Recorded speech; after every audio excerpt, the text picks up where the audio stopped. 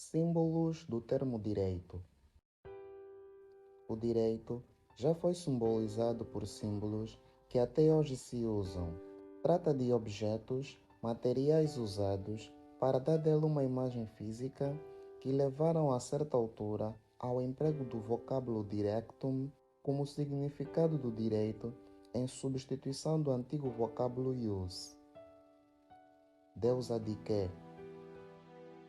Na Grécia, e de acordo com a mitologia grega, o símbolo do direito era associado à deusa Diké, filha de Zeus, e de Temis Diké, que de pé e de olhos abertos empunhava na mão direita uma espada e na esquerda a balança. Era a deusa grega dos julgamentos e da justiça, vingadora das violações da lei. Esses símbolos reconduzem a balança de dois pratos. Deusa Iustícia. Em Roma, o símbolo romano do direito era a deusa Iustícia, palavra que provém de ius, que também de pé, mas de olhos vedados. A posição a prumo, reta, da balança, significava a retidão com que deve proceder o julgador. Os pratos da balança eram iguais, porque a igualdade é a essência da justiça, consciente na igual atribuição a cada um o que lhe couber, no aspecto de ter ou fazer o suum cuique tribuere, de Aristóteles, ou o suum agere, de Platão, ou seja, voluntas suum cuique tribuere, dar a cada um o que é seu por direito, dar a cada um o que é seu que lhe merece.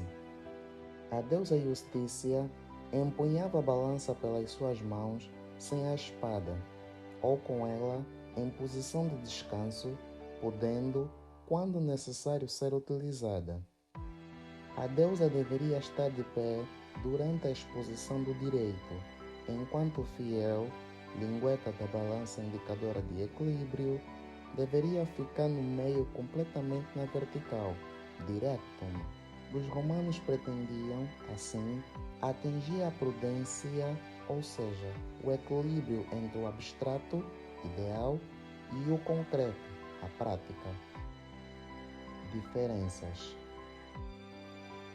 De salientar que a simbologia gregas e romanas divergem em pormenores.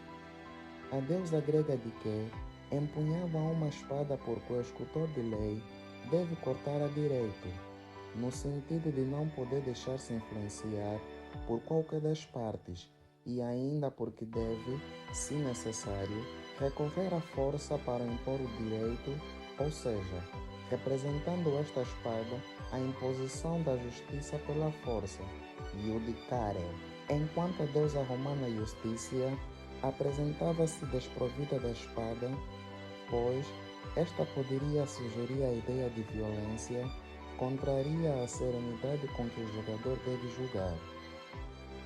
Mas podia ser representada com a espada, conforme a imagem ilustra, mas em posição de descanso, podendo quando necessário ser utilizada.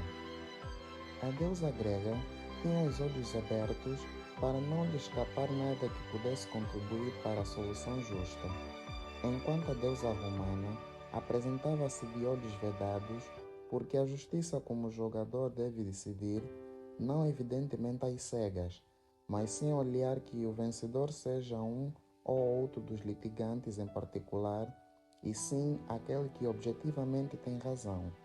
Enquanto a deusa Diké empunhava na mão direita a espada e na esquerda a balança, a deusa Justícia segurava a balança com as duas mãos, ou segurava com uma a balança e na outra a espada, mas numa posição de descanso.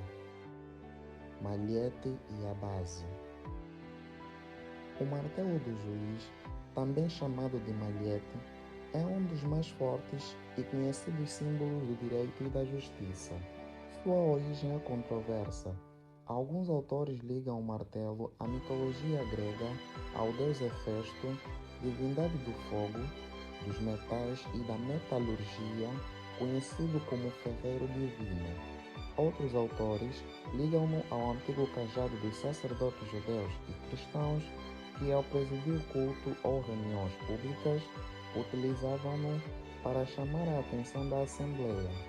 No direito, o martelo representa o sinal de alerta, respeito e ordem para o silêncio. Balança.